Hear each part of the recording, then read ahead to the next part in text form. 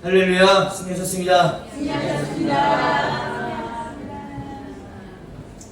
오늘도 이 주일을 다른 곳 가지 아니하고 우리 주님의 전을 찾으셔서 하나님 한번 사랑해 보고자 애쓰고 노력하시는 여러분들에게 우리 주님의 은혜와 평강이 넘쳐나게 되시기를 예수 이름으로 간절히 축복합니다. 자, 그래도 생각보다 목소리가 괜찮죠? 어제 악을 쓰면서 기도를 했더니 괜찮아야 될 텐데 몸을 좀 살렸어야 되나 했는데 그래도 괜찮죠? 네. 괜찮으면 어떡할 거예요? 들으셔야죠. 여러분들 신조 아시죠? 신조. 저는 신조에 이렇게 또 빠삭한 사람이 아니어가지고 좀 잘 관심도 별로 없는데 요즘에 그 말을 줄여서 많이들 사용하지 않습니까? 스벅이 뭐예요?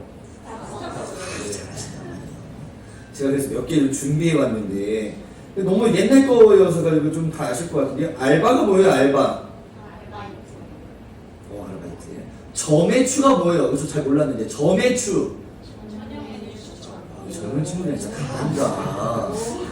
요즘에 이것만 해도 옛날 거래요. 이거 한 옛날 거예요. 그래서 제가 인터넷에 찾아보긴 했지만 이게 진짜 요즘 건지는 잘 모르겠는데 되지런하다. 되지런하다가 무슨 뜻이에요?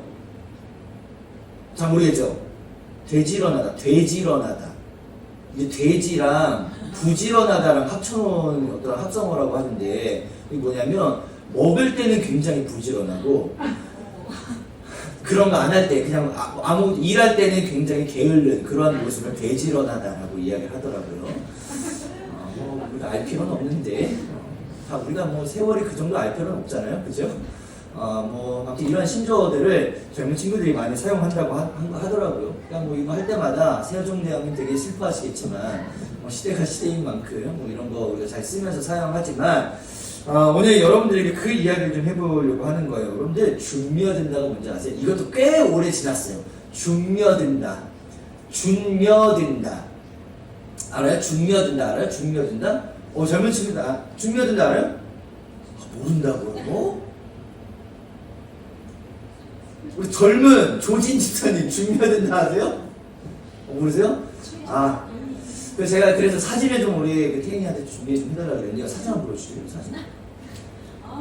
이런 사진을 준비했구나. 네. 저분의 이름이 뭐냐면 최준이라고 하는 사람이에요. 최준.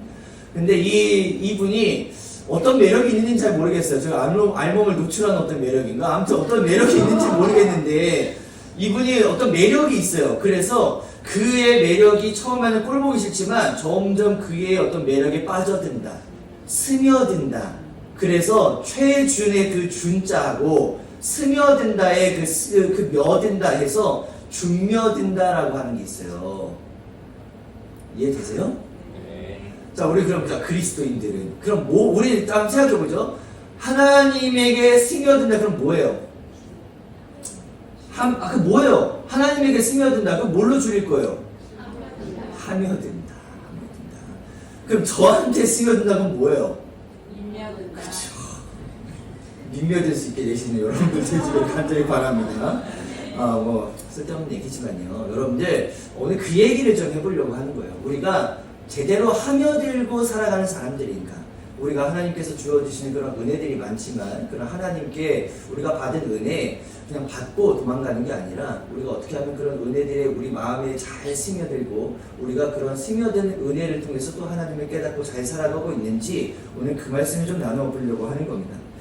어찌 보면요 우리가 살아가고 있는 시대가요 무엇인가에 계속 스며드는 인생들을 살아간다는 거예요.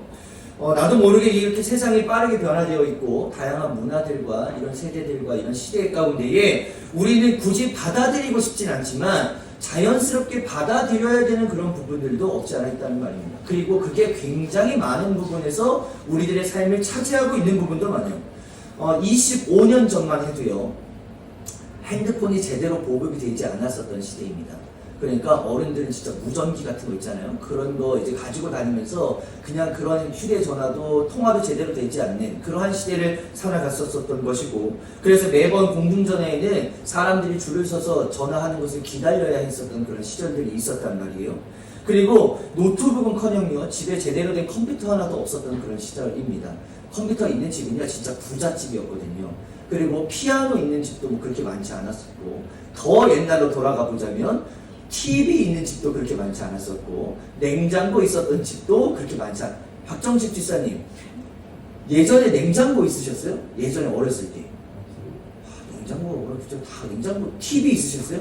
산골에서 내려오는지 냉장고. 이런 시대지만 시대가 점점 지나오면서 냉장고 없이는 살 수 없는 그런 시대가 됐단 말이에요.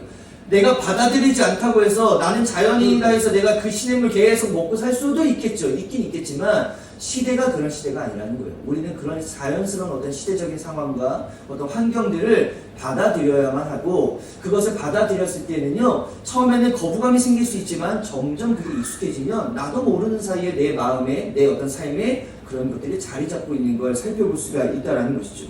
근데 이게 나쁜 건 아닙니다. 왜냐면 그런 시대에 적응하면서 살아가는 건 결국 나쁜 거 아니에요. 계속 그게 만약에 나쁘다면 우리는 다 산에 찾아가가지고 그 시냇물 내려오는 거 그 일곱수만 찾아다니면서 물을 마셔야 되겠지만, 지금 시대가 그런 게 나쁜 건 아니라는 거예요. 그런데 우리가 이런 것은 우리가 신앙생활하는 거에 있어서는 좀 다른 개념입니다. 좀 위험할 수 있는 부분들이 굉장히 많다라는 거예요. 나도 모르게 스며들고 있는 이런 어떤 시대적인 상황들과 어떤 사람들이 바라보는 그런 세대들이 어떠한 생각을 가지고 있는지, 사실 우리는 더 편한 것을 추구하는 사람들이기 때문에 우리의 신앙도 좀 더 편했으면, 우리의 믿음도 조금 더 여유로웠으면 하는 마음들이 있단 말이에요. 그렇지만 하나님은요 그런 거 얘기하시는 분이 아니에요. 옛날부터 지금까지 간절하게 하나님을 찾기를 원하시는 분이 하나님의 마음이시고, 우리가 조금이나마 하나님으로부터 멀어지는 것을 보고 싶지 않으시고 그걸 용인하지 않으시는 분이시기 때문에 우리는 어떻게 해서든지 하나님 앞에 더 다가가려고 해야 되는 거지만, 시대는 우리가 하나님으로부터 더 멀어지게끔 만든다는 것이죠. 그러니까 이 시대적인 상황을 우리가 봤을 때 얘네들을 따라간다라고 하는 건 결국 하나님과 멀어질 수밖에 없는 삶을 살 수밖에 없다라는 것이죠. 그러니까 그런 세상의 어떤 여러 가지 어떤 시대적인 것들을 받아들이는 부분은 좋겠지만 우리의 믿음, 우리의 신앙적인 차원에서는 걸을 수 있는 건 걸을 수 있어야 된다라고 하는 겁니다. 오늘 우리가 핵심으로 볼 게 뭐냐면, 스며드는 것에 있어서 가장 중요한 게 뭐냐? 시선입니다. 우리가 자꾸 거기에 시선을 빼앗기잖아요. 아까 제가 기도할 때는 그런 기도를 드렸지만 우리의 마음과 시선이 있는 것이 곧 보물인 거예요. 그러니까 거기에 마음을 뺏길 수밖에 없다고요. 그럼 우리는 이 마음을 지켜내기 위해서 어떻게 해야 되느냐? 우리가 빼앗겨 있는 그런 시선으로부터 시선을 돌릴 수 있어야 된다는 겁니다. 이렇게 시선을 돌릴 수 있게 되셔서 제대로 된 것 바라볼 수 있게 되시는 우리 믿음의 성도님들 되시기를 예수의 이름으로 간절히 축복합니다. 오늘 이야기가 그 이야기를 하고 있는 겁니다. 오늘 사무엘상 7장 3절 4절의 이 짧은 말씀만 읽었지만 이 말씀을 이해하기 위해서는 전 이해가 필요해요. 그 전 이해는 어디부터 가냐면, 제가 많이 말씀드렸지만 이스라엘 백성들이 짧게 할게요.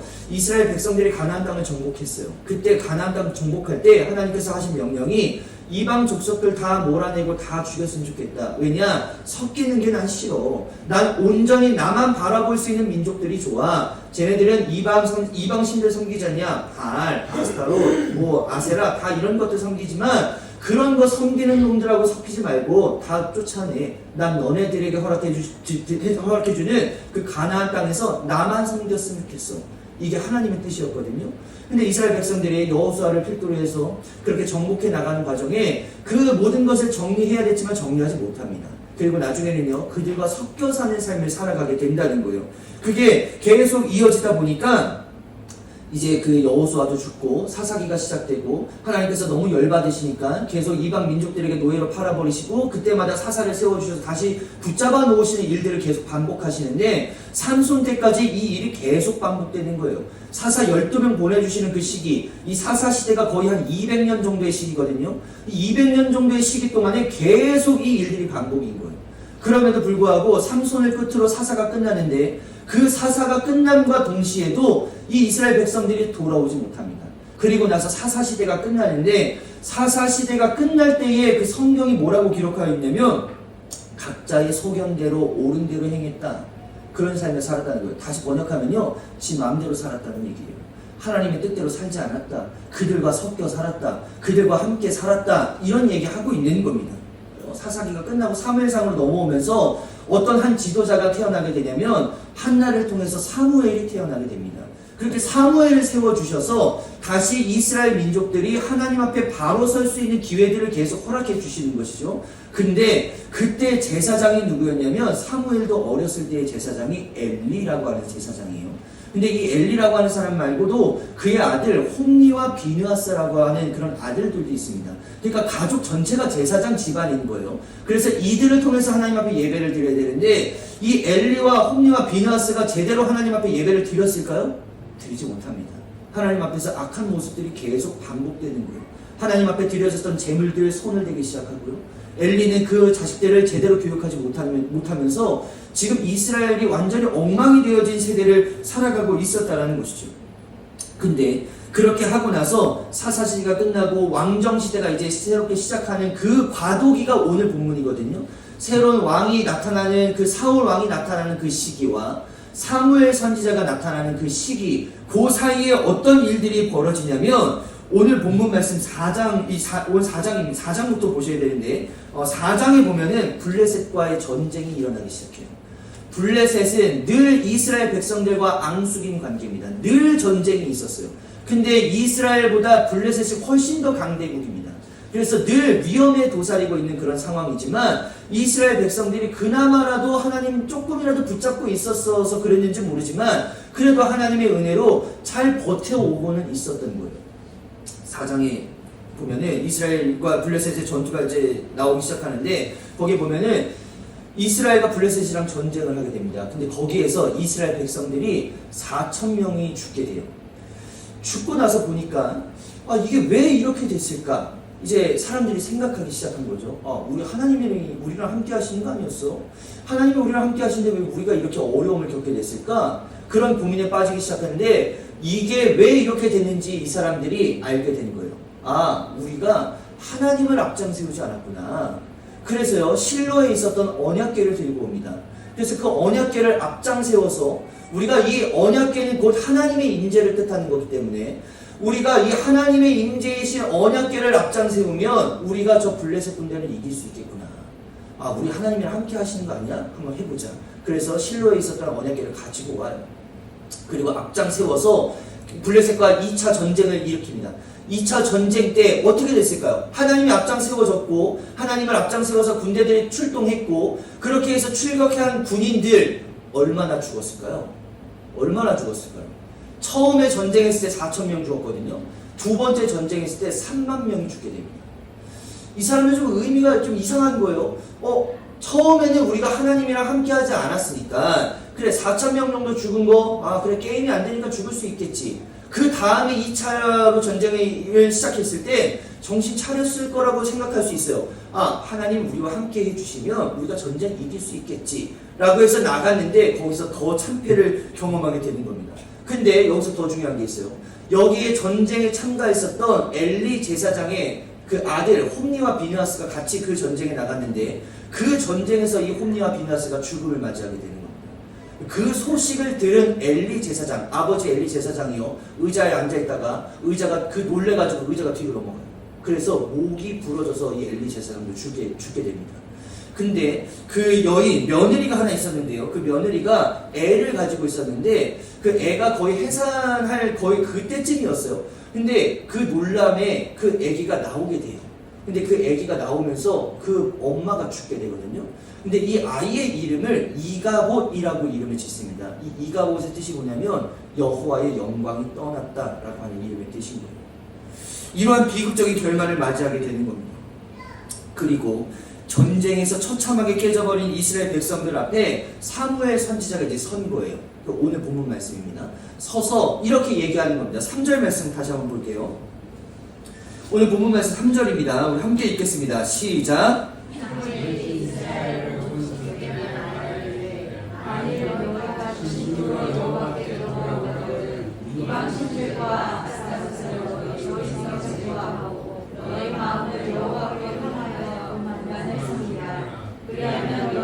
블레셋 사람의 손에서 건져내시리라. 아멘. 지금 사무엘이 이스라엘 백성들에게 지금 이렇게 얘기한 거라고요.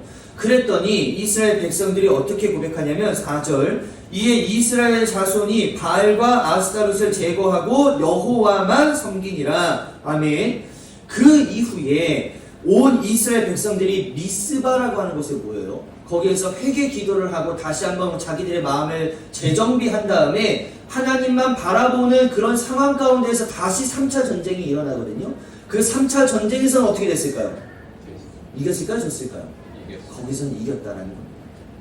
우리가 오늘 이 블레셋의 3번의 전투가 있었습니다. 첫 번째 전투에서 4,000명이 죽게 됐고, 두 번째 전투에서 3만 명이 죽게 됐고, 세 번째 전투에서는 승리를 맛볼 수 있었다는 거예요.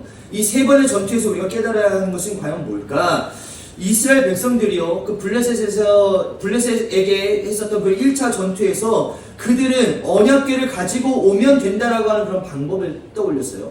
그래서 그 방법대로 법궤가 담겨져 있는 그 언약궤를 가지고 오면 승리할 수 있을 것이다라고 하는 그런 믿음 때문에 가지고 왔지만 왜 승리하지 못했을까요? 분명 언약궤는 하나님의 임재를 나타내는 거기 때문에 그게 있으면 진짜 하나님이 함께 하시는 건 맞아요.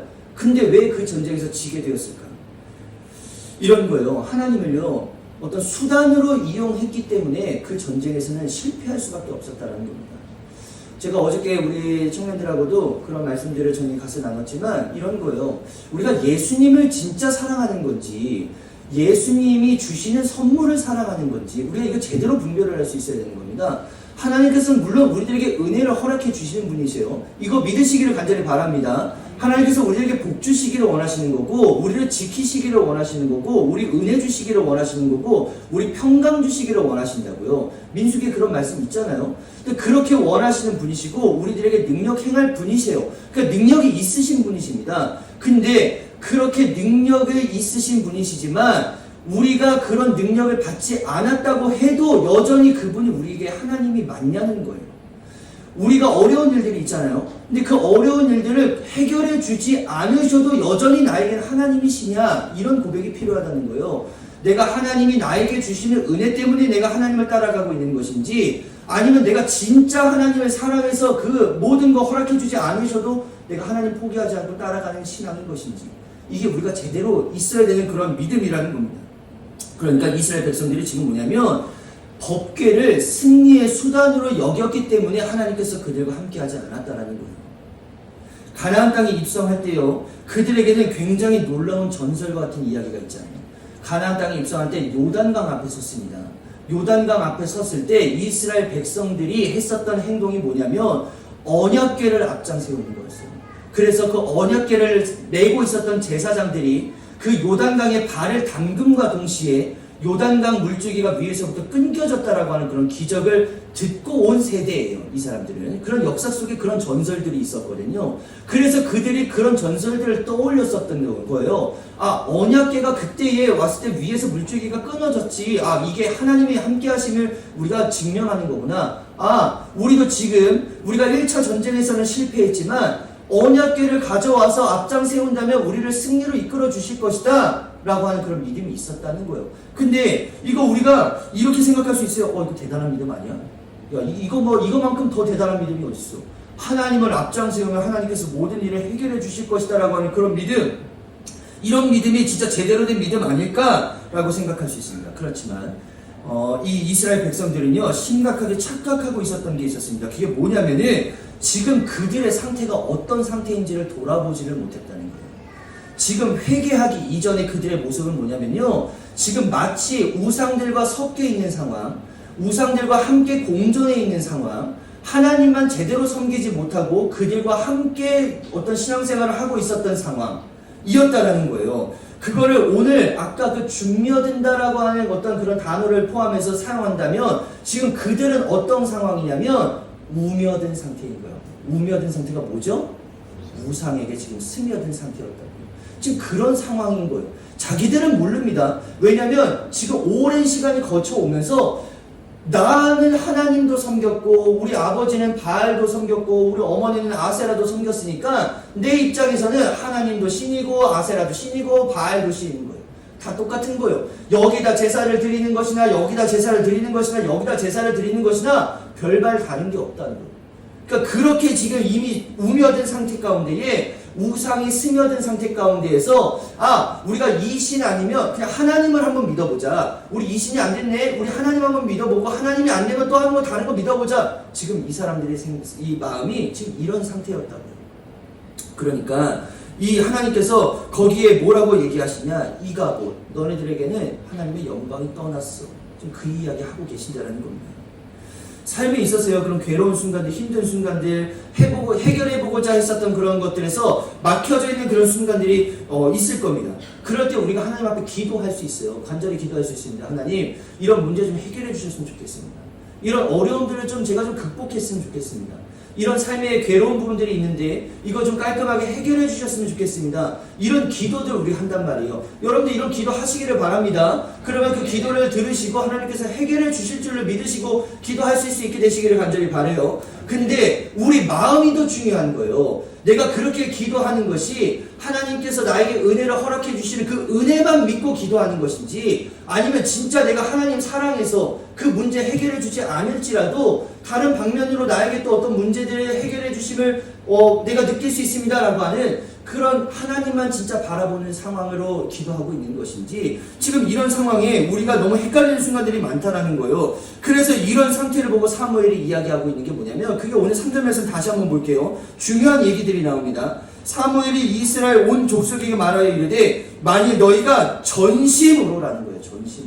전심으로라고 하는 말이 뭐예요? 그냥 마음을 쏟아내라는 거예요. 거기에 하나에 집중하라는 거예요. 아스다롯, 바알, 이런 거 몰래 이런 신들에게 기웃기웃하고 나도 거기 중에 한 사람인 것처럼, 한 신인 것처럼 그렇게 여기지 말고 나한테만 전심으로 왔으면 좋겠다. 지금 이 이야기 하고 있는 겁니다. 전심으로 여호와께 돌아오려면 어떻게 해야 되는 것이냐? 이방 신들 아스다롯을 너희 중에서 뭐 하라고요? 제거하라는 거예요. 그리고 너희의 마음을 여호와께로 향하고 뭐 하라고요? 그만을 섬기라. 다른 신들 같이 섬기지 말고 나만 섬기라고 지금 분명하게 이야기하고 있다는 거예요. 지금 사무엘 선지자가 이스라엘 백성들에게 지금 이야기하고 있는 것 첫 번째가 뭐냐면 제거하라는 겁니다. 제거하라는 건 뭐냐면 회개하고 돌아오라라는 거예요. 이스라엘의 가장 큰 문제가 그들의 시선이 지금 이방 신들과 하나님과 같이 섞여 있었다라고 하는 게 이게 문제였다는 것이죠. 고개가 우상 쪽으로도 돌아갔다가 하나님 쪽으로도 돌아갔다가 계속 갈팡질팡하고 있는 거예요. 이 신앙의 회복이 이루어지기 위해서는요, 우리가 반드시 이 우상을 제거할 수 있게 되어져야 된다는 겁니다. 이 우상을 제거할 수 있는 거. 우상이라고 얘기하니까 또 여러분들 우상 신 세워놓고 이렇게 얘기하지만, 우리의 마음이 하나님보다 더 앞장서 있는 것이 있다면 그게 우상이라는 거예요. 다른 게 우상이 아니에요. 내가 재물을 하나님보다 더 중요하게 여긴다, 그럼 재물이 신이 되는 것이고, 내가 성공이 하나님보다 더 앞장서 있다, 그러면 성공이 우상이 되는 거예요. 우상이 어려운 게 아닌 겁니다. 나보다 하나님보다 앞장서 있는 것, 그 모든 것들이 우상일 수 있기 때문에 그것을 제거할 수 있어야 되는데, 제거하는 방법은 어렵지 않아요. 시선을 돌리기만 하면 되는 거예요. 내 마음이 거기서 떠나기만 하면 되는 거예요. 내가 하나님만 바라볼 수 있으면 되는 겁니다. 왜냐하면 그 당시 어떤 거였냐면, 바알과 아스타롯은 어떤 것을 뜻하는 신이냐면요, 풍요와 전쟁의 신이에요. 그 당시 옛날에는 이것만 다잖아요. 풍요와 전쟁의 신이 함께 해주면 그것으로 나라는 평안한 것일 수 있다는 것이죠. 그러니까 바알이라고 하는 이 풍요를 담당하는 신, 이 아스타롯을 이야기하는 전쟁의 신, 얘 둘만 있으면요, 나라는 부국강병할 수 있다는 것이죠. 그러니까 이 둘을 섬기는 나라들이 굉장히 많았다고요.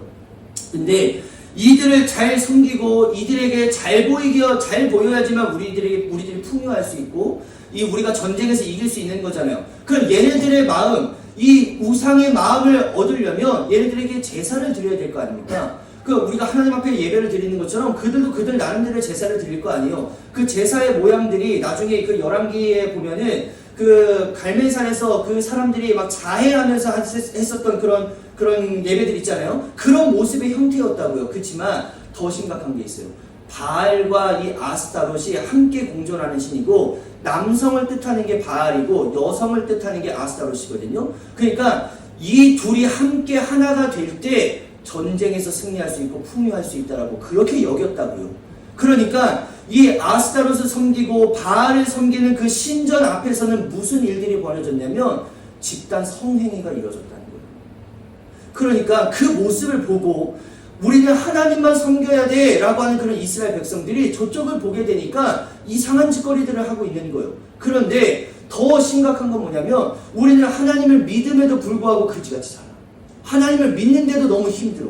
하나님을 믿는데도 너무 괴로워. 근데 저 사람들은요, 저런 이상한 짓거리를 하고 있고 지금 이방신들을 섬김에도 불구하고 쟤네들은 너무 잘 살아요. 쟤네들은 너무 강한 거예요. 우리가 이길 수가 없는 거예요. 그러니까 이스라엘 백성들이 자꾸 저쪽으로 시선이 갈 수밖에 없는 거예요. 이상한 행위임에도 불구하고 저런 짓을 해도 저런 신들이 저런 예배를 받고 저들을 강하게 세워주시고 저들을 풍요롭게 해주는구나. 야, 그럼 우리들도 하나님만 섬길 게 아니라 하나님도 우리들에게 은혜를 허락해 주실 거지만 야, 저 신에게도 우리가 예배를 드리면 저 신이 우리에게 풍요를 허락해 주고 전쟁에 이기게 해주는 거 아닐까. 지금 사사시대가 이런 시대였다고요.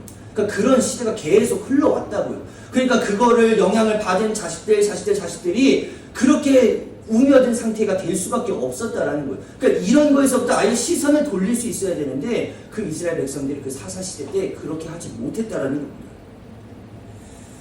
자꾸 그렇게 변화되어 있는 시선을 뗄 수 없는 그러한 모습 가운데에서는 우리가 절대로 하나님을 찾을 수 없다라는 거예요.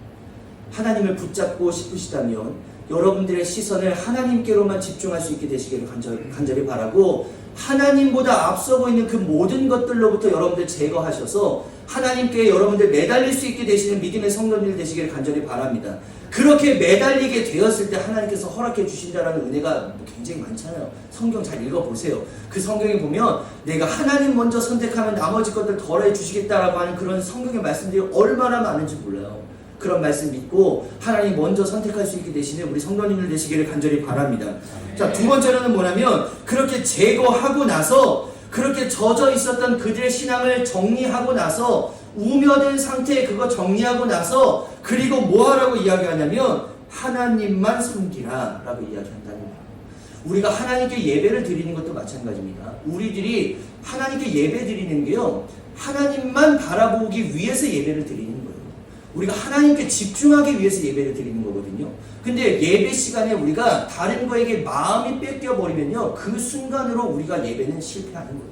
왜냐하면 하나님은 온전히 이 시간 하나님만 바라보기를 원하시는 것이지, 이 시간 가운데 우리가 다른 생각하고 다른 마음을 가지고 그런 마음들이 있다면요, 그 예배 하나님께서 받지 않으신다는 겁니다. 우리가 그러한 모습들로부터 멀어져서 하나님만 바라보기를 원하시는 게 하나님의 모습이라고 하는 거예요. 그렇게 이스라엘 백성들이 다시 모여서 회개하고 기도하고 우리 하나님만 바라보겠습니다 라고 하는 그런 믿음의 고백과 결단을 통해서 다시 한번 힘을 내어서 전쟁에 나갔더니 그때 하나님께서 그들에게 승리를 이끌어 주셨다는 겁니다. 비결은 다른 거 있지 않아요. 난 아니야. 내 믿음 나는 혼자 스스로 지킬 수 있어. 지킬 수 있는 사람 아무도 없어요. 우리의 이 동행하심, 성령님의 동행하심에 힘을 입어야지만 우리가 그 길을 온전히 걸어갈 수 있는 거예요. 내가 내 스스로 믿음을 지킬 수 있다, 내가 내 믿음으로 신앙을 지킬 수 있다, 이런 건 거의 불가능한 겁니다. 우리가 성령님의 도우심과 성령님의 힘으로 우리가 그 모든 것을 이겨나갈 수 있다라고 하는 거 여러분들 기억하시고, 그런 힘을 의지하며 나아가는 것이 때로는 세상적으로 봤을 땐 좀 불리하게 보일 수 있어요. 좀 바보같이 보일 수 있습니다. 야, 다른 사람들은 성공을 위해서 이렇게 나아가는데 야, 너는 왜 하나님한테 기도만 하고 있어? 이렇게 하는 것처럼 야, 기도하는 저 멍청이들, 야, 저 불쌍한 애들이야, 이렇게 보일 수 있단 말이에요. 그렇지만 우리들이 그 가운데에서도 믿음을 보여줄 수 있어야 되는 거예요. 이렇게 해도 잘 할 수 있다라고 하는 걸 보여줄 수 있어야 되는 거예요. 제가 그 어제 수련회 가서 느낀 게 뭐냐면, 어떤 한 친구가 그 예배가 시작됐고 찬양이 시작됐는데 뒤에서 수학 문제를 풀고 있는 거예요. 그래서 저는요, 그게 나쁘진 않다고 생각했습니다. 왜냐? 야, 너가 그래도 뭐라도 포기하고 여기에 왔다라고 하는 것 자체는 나는 하나님께서 너를 귀하게 보실 거라고 본다. 첫째 날은 걔가 뒷자리에서 그 수학을 풀고 있었지만 제가 그 끝나고 나서 그 친구 따로 만나가지고 그 연대 약대를 붙었대요. 근데 연대 약대를 붙었는데 만족스럽지 않다고 삼수를 하고 있는 삼수생이었더라고요. 자기는 서울대를 가고 싶다고 계속 그렇게 재수를 하고 지금 삼수생이라고 하더라고요. 그래서 너 한번 떨어지면 또 할 거야? 물어봤더니 이제는 안 한다고 하더라고요. 뭐 자신있게 난 서울대 갈 수 있다라고 이야기는 했지만 그런 모습들이 저는 너무 귀한 거예요. 그래도 무엇인가를 우리가 포기할 수 있어야 되는 거거든요. 우상을 포기하는 것처럼 우리가 하나님을 위해서 무엇인가를 좀 포기할 수 있어야 되는 거예요. 우리가 다 잡을 수는 없는 겁니다. 돈과 하나님, 재물과 하나님, 이거 똑같이 우리가 갈 수 없다라고 분명히 얘기하잖아요. 그러니까 우상과 하나님 똑같이 갈 수 없는 거예요. 공부와 하나님 똑같이 갈 수 없어요. 그렇지만 무엇인가를 하나님 앞에 포기했을 때 하나님께서는 그 모습을 예쁘게 봐주시고 이 하나님 앞에 포기한 자들에게 더 많은 은혜를 허락해 주신다라고 하는 거 저는 믿거든요. 그래서 제가 그 친구에게 그렇게 얘기했어요. 난 너가 반드시 잘 돼야 된다고 본다. 난 너가 미끄러지지 않아야 된다고 본다. 네가 여기서 포기하고 하나님을 선택하고 예배드리러 왔고 무슨 마음으로 왔는지는 잘 모르겠지만 너의 그 귀중한 그 시간을 지금 얼마 남지 않은 그 시간을 하나님 앞에 드리고 거기서 포기함으로 인해서 너가 여기 와서 예배를 드리는 것 때문에라도 너는 반드시 잘 되어야만 된다. 그리고 너가 보여줘야 될 게 뭐냐면 이렇게 하나님 앞에 포기한 게 있었더니 하나님께서 이렇게 은혜를 허락해 주셨다라고 하는 걸 너를 통해서 증명해 줄 수 있으면 너는 그것만으로도 하나님 앞에 영광 올려드린 거다. 그러니까 너 앞으로 잘 돼야 된다. 너 서울대 붙으면 나한테 얘기해. 얘기했어요. 난 그 친구가 잘 될 거라고 봅니다. 이제 나중에 한번 얘기해 드릴게요. 떨어졌다고 해도 얘기해 드릴게요. 어떻게 쓰실지 모르는 거니까. 저는 이렇게 봐요. 하나님 앞에 무엇인가를 포기해야 하나님께서 그것을 더해 주신다 라고 하는 그런 믿음이 있는 목사입니다. 그래서 여러분들도 무엇인가를 포기할 수 있게 되시기를 간절히 바랍니다. 그래야지만 그 포기되어진 것에 더 많은 은혜를 하나님께서 허락해 주시는 거예요. 그래서 그 청년들에게 제가 그렇게 얘기했지만 뭐 얼마나 포기하겠어요. 뭐 얼마나 내가 중고 움켜쥐고 있는 거 놓을 수 있겠습니까? 그렇지만 그런 마음, 그런 생각 하나라도 품고 살아가는 것이 아예 안 품고 살아가는 사람하고는 완전히 신앙이 달라질 수 있는 거예요. 여러분들 그런 믿음과 신앙 가질 수 있게 되시기를 간절히 바라고요. 포기했더니 하나님께서 승리를 이끌어 주셨던 것처럼 우리가 하나님을 위해서 무엇인가를 포기했더니 하나님께서 은혜를 더해 주시는 그런 놀라운 일들이 여러분들의 삶 가운데 많이 있어질 수 있게 되시기를 간절히 바라고요. 그런 은혜와 복이 여러분들 가운데에 그냥 가랑비에 옷 젖는 거 말고 그냥 바가지로 부어주시는, 그냥 뭐 퍼부어 주시는, 폭우 속에서 우산도 없이 그냥 가만히 맞고 서 있을, 그러면은 조금만 있어도 비에 다 젖는 그러한 어마어마한 은혜가 여러분들 가운데 있으셔서 그런 은혜를 붙잡고 하나님 앞에 제대로 된 삶, 복된 삶 이어나갈 수 있게 되시기를 예수의 이름으로 간절히 축복합니다.